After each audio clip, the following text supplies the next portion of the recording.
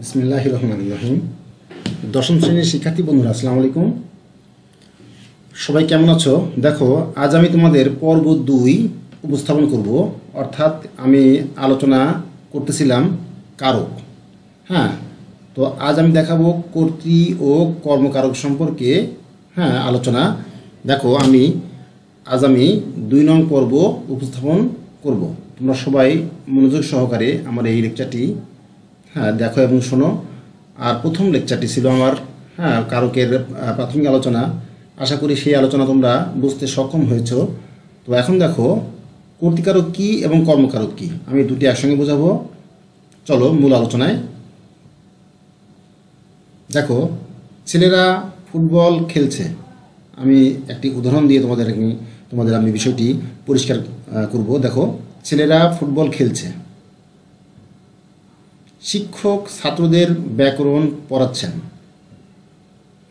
শিক্ষক ছাত্রদের ব্যাকরণ পড়াচ্ছেন। বাঘে মহিষে এক ঘাটে জল খায়। পুলিশ দ্বারা চোর ধৃত হয়েছে।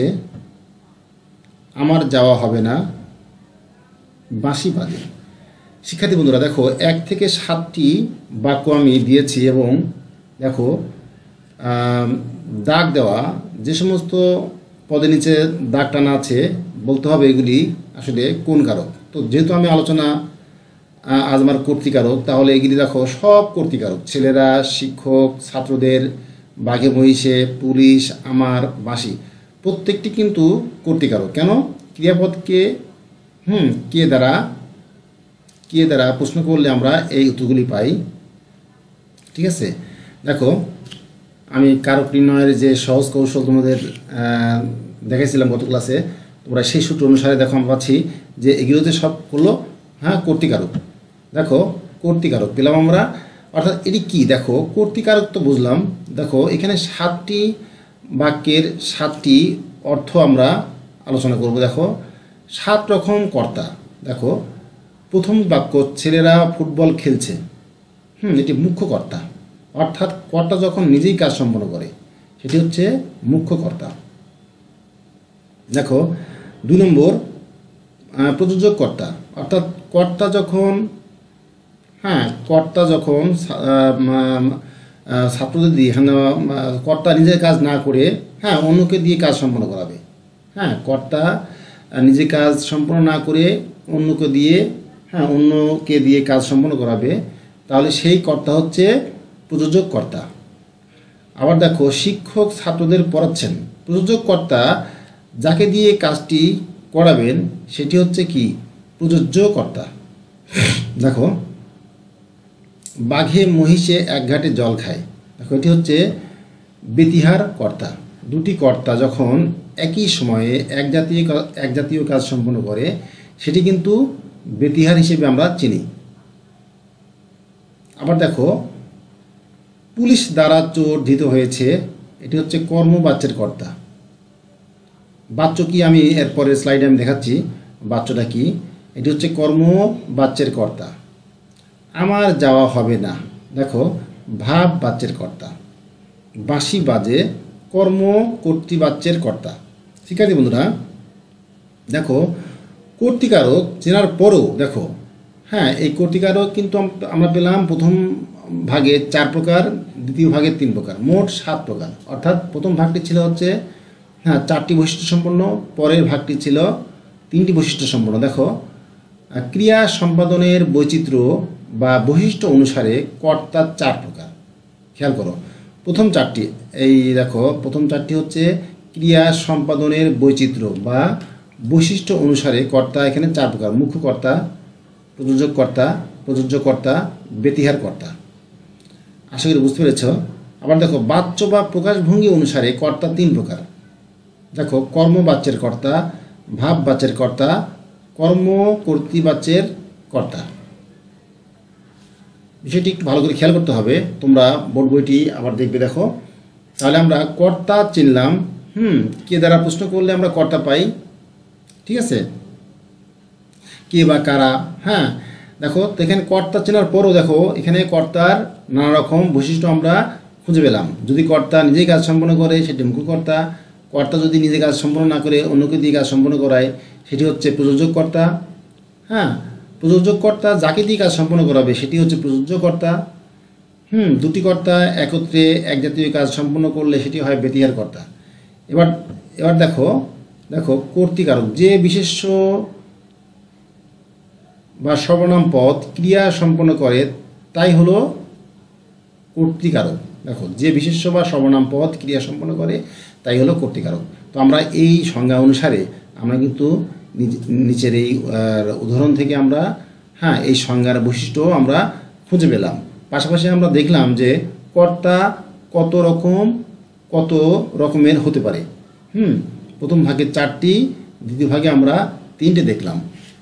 প্রথম ভাগটি ছিল হচ্ছে ক্রিয়া সম্পাদনের বৈচিত্র্য অনুসারে, আর দ্বিতীয় ভাগে বাচ্য বা প্রকাশভঙ্গি অনুসারে। দেখো এবার বাচ্য কি এটি একটু আলোচনা করি। দেখো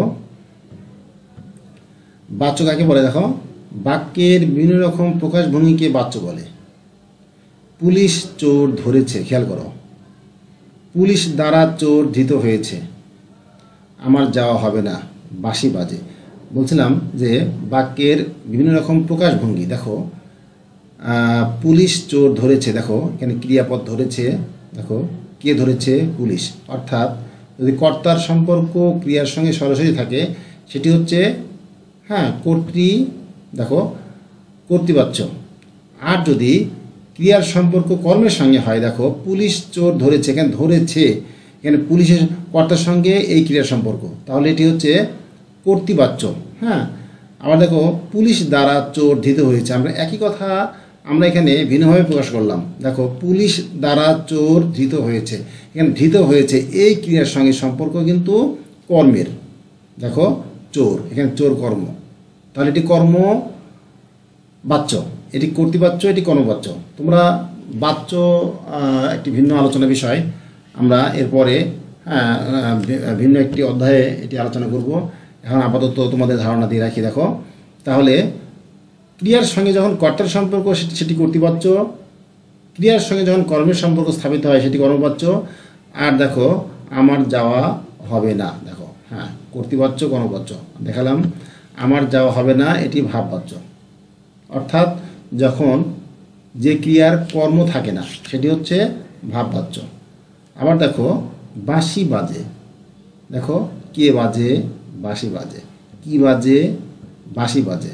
আমরা কে এবং কি, দেখো কর্ম যখন কর্তৃস্থানীয় হয়, কর্তা যখন কর্মস্থানীয় হয়, বিষয়টা এরকম যে যাকে বলি কর্ম সেটি হচ্ছে কর্তা। এইভাবে এই পর্যায়ে দাঁড়ালে সেটি হচ্ছে কর্ম কর্তৃবাচ্যের কর্তা। এবার দেখো দেখো এই স্লাইডে যাই। দেখো পুলিশ দ্বারা চোর ধৃত হয়েছে, দেখো তাহলে এটা কর্মবাচ্যের কর্তা অবশ্যই, কারণ এইখানে এই ধৃত হয়েছে এই ক্রিয়ার সম্পর্ক কর্মের সঙ্গে। তাই এটি তাহলে এই বাক্যের যে কর্তা পুলিশ সেটি কিন্তু কর্মবাচ্যের কর্তা হবে। আমার যাওয়া হবে না, এখানে কর্ম অনুপস্থিত, ভাববাচ্যের কর্তা। বাঁশি বাজে কর্ম কর্তৃবাচ্যের কর্তা। আশা করি বুঝতে পেরেছ।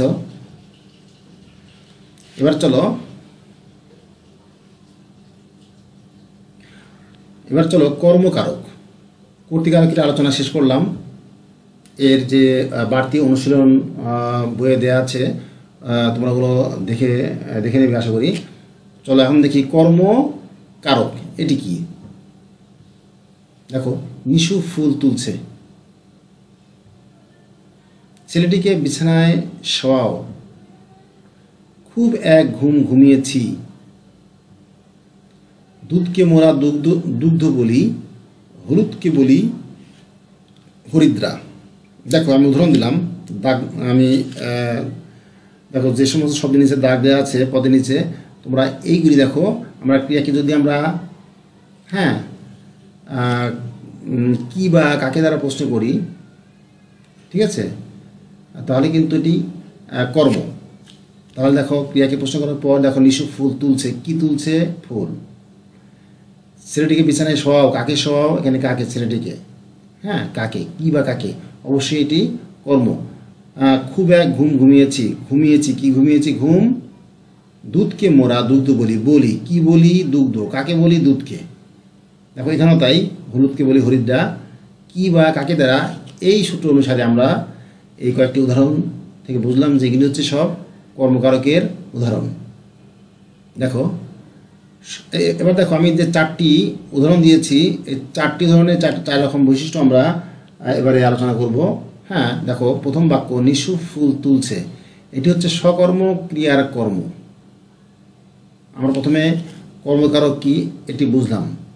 এবার দেখো কর্মকারকের মধ্যে আরও কিছু প্রকার ভেদে আমরা খুঁজে পাচ্ছি। দেখো প্রথম বাক্য সকর্ম ক্রিয়ার কর্ম, অর্থাৎ যে ক্রিয়ার কর্ম রয়েছে সকর্ম ক্রিয়ার কর্ম। আবার দেখো প্রযোজক ক্রিয়ার কর্ম, অর্থাৎ দেখো ছেলেটিকে বিছানায় শোয়াও। হ্যাঁ, প্রযোজক ক্রিয়া সম্পর্কে আমরা আগের স্লাইডে আমরা ধারণা নিয়েছি।